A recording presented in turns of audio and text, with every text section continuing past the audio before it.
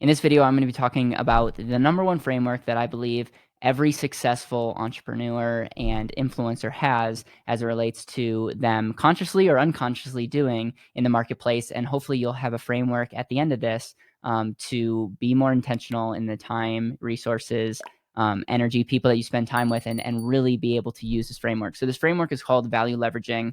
I'm obsessed with value creation. I'm also obsessed with leverage and this concept of amplifying that value. And it's interesting because if I had to simplify this framework and make it incredibly short, it would be create value in the world and amplify that value. And the person that's able to create value and maximize that value will win in the end. Now, a lot of times we have to break this down a little bit to make it maybe a little bit cleaner. And so when I say value, how do we know something is valuable? That's a good question. It's like I might think I'm valuable, and I'm not necessarily saying the value of your life. I'm just saying like the value of like not every service or product is created equal. For instance, a heart surgeon might make more than a janitor. It doesn't make the janitor a less than person, but it means that for every hour that these people are working, the heart surgeon at the time of this recording is going to get paid a lot more because the demand is greater. So for the greater demand, I'm willing to pay a premium. And the same thing with products. You look at why some products go for a premium versus others. It may be quality, or it might just be the perceived demand is greater. And so it is something interesting because value can really be broken into two areas: a service or a product. Technically, this video is a service, I would think, or maybe it's a product. I guess I don't know that. But to make it simple, it's like there's a lot of service business where you get paid by providing a service. And then there's other products out there that you go on Amazon or you consume that product. And at the end of the day, those are the two outputs that can be created in our lives. We can either create a service or we can create a product, and not all products or services are created equal. So I think step number one is make sure that you're doing an audit of your life, where what outputs that you're creating, and asking the question, are they valuable? Am I creating value? Is there a demand? And then asking the question, what can I do to create more value? I love I was going to say I love Warren Buffett. I love Elon Musk, and he has like this like mini rant that he has from his talk, and he essentially says, make your products better, make your services better. Like, majority of people are focused on the wrong things in corporate America. Just make your product or service better. And I resonate with that, and I guess I want to pass that along to you. If you're maybe not getting the demand or maybe not getting the attention of people, instead of saying like, man, what do I need to do to get in front of them? Reflect and say, are my services and products the best that they could be? And in the words of Elon Musk, they're probably not. And so focus on that first. And so that's the first thing. And the reason I'm so strong about that is, especially my age group, I see a lot of people out there wanting to go leverage things and maximize and become famous and all this stuff. But at the end of the day, if they reflect in, what would happen if they poured gasoline on the fire at this time? It might not be a pretty sight. And that's why so many people that get famous, that may make money, that win the lottery, become broke, because they have all that money coming in, but there's not a solid foundation for that. All right, so we talked about value, and value is a summary of producing a service or a product. How do we know that that service or product is valuable? There's a demand, and one of the best exercises that we can do is look within and say, are these things actually valuable, and what are things that I can do to make them a greater value? The second thing that I want to transfer over to in this value leveraging framework is leverage. And I say leverage with maybe a little bit of an asterisk, because again, leverage amplifies your value, amplifies your output. And so there's many people that need to spend their whole time, don't watch this video, just pause it and work on the value creation, because the last thing you want to do is try to pour gasoline on something that's not valuable. But we're going to assume that what you have is valuable. And I'll be very frank, there's a lot of people I know that are especially like in their 40s, 50s, 60s, that have spent a lot of their life, they're very smart, their services, their products that they create are very, very valuable, but they're not utilizing leverage, and they're not thinking How can I live a leveraged life? How can I amplify this value that I'm creating for the marketplace? I want to give a credit and a shout out to Naval. I'm a big fan of his book. I'm a big fan of his podcast. I'm a big fan of his tweets.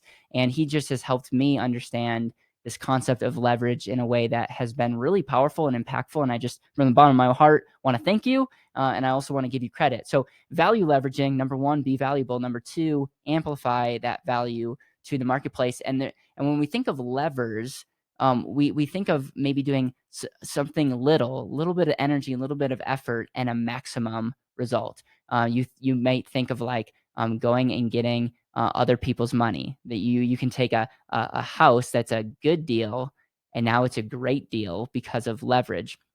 And a lot of times when we think of leverage, we think of just the monetary leverage behind just getting a loan or taking someone else's money and paying them a few percent interest and then making a massive rates of return. And people in option trading can make hundreds of percents of money based on leverage. And while leveraging money is a form of leverage, it's just one form. And there's a couple other things that I want to maybe get you to think about. When we think about leverage, we have to think about the cost and the risk of those levers. And then we also have to measure it with the output or result that we're hoping to get. And so when I say the word people, what comes to your mind? I think you can leverage people. And I don't mean that in a horrible way. I'm just saying like you can leverage a partnership. You can leverage employment. You can leverage a 1099 contractor. You can pay someone X. So let's say I'm paying someone $20 an hour, and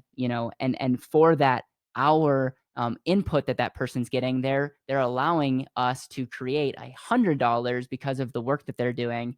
And that's an example of paying someone $20 that is hopefully valuable to them, but they're helping us get $100. That's a form of leverage. Another form of leverage is media. And when I say media, I talk about like speaking, video, audio. The reason why I'm obsessed with video and why one of my biggest regrets in life is not shooting more videos early on is me speaking into this camera. Right now, I'm speaking to nobody. But I know that there are going to be real live human beings that watch this video. And my hope is that it creates an impact. That's insane when you think about it. It's insane to think that there are going to be more than one person to watch this video and that this video is going to have an impact because I'm only showing up once.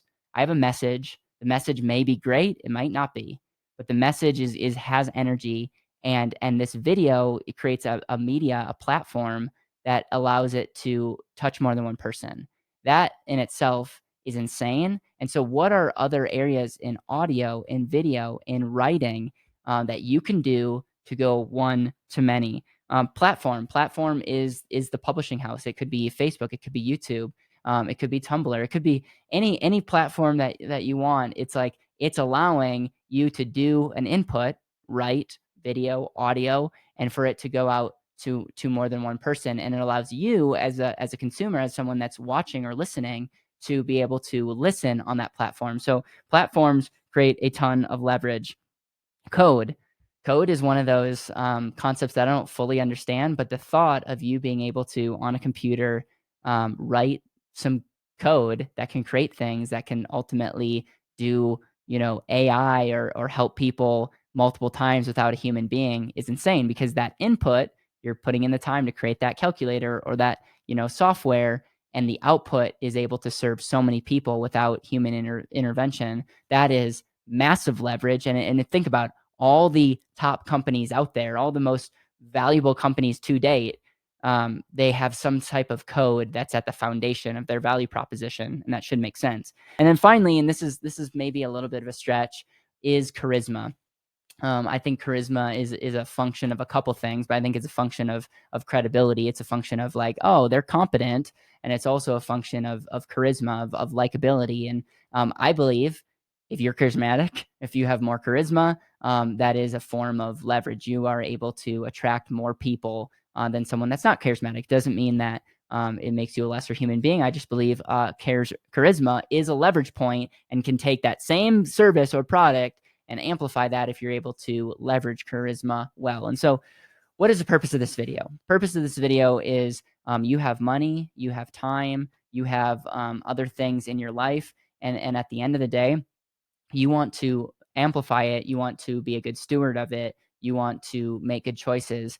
And the value leveraging framework is a really good way to just think before you spend time, before you invest money, and before you do an action to say, number one, what value is this input creating? So I'm putting money into this thing. What value is going to come out of that? Because ultimately, my money and future appreciation is going to be tied up in that value. And so again, what values that can be created? And then once that's in, and this is a lot for investors or business owners, is once you're doing that thing, it's like you have that real estate property, you have that investment, you're inventing that product, you're doing that service.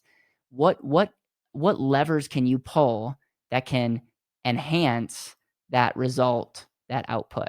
And we just went through, it could be people, it could be capital, it could be media, it could be platforms, it could be code, it could be charisma, but those levers aren't necessarily making or breaking the value, but it's amplifying and allowing it to go more one to many, and it by default will just create a massive results and help you make sure that you have a framework into doing what you set out to do. And so again, this is a concept that I'm fleshing out. It's a concept that I'm doing a lot of writing on. It's a concept that I have a full talk at our Wealth Key workshop.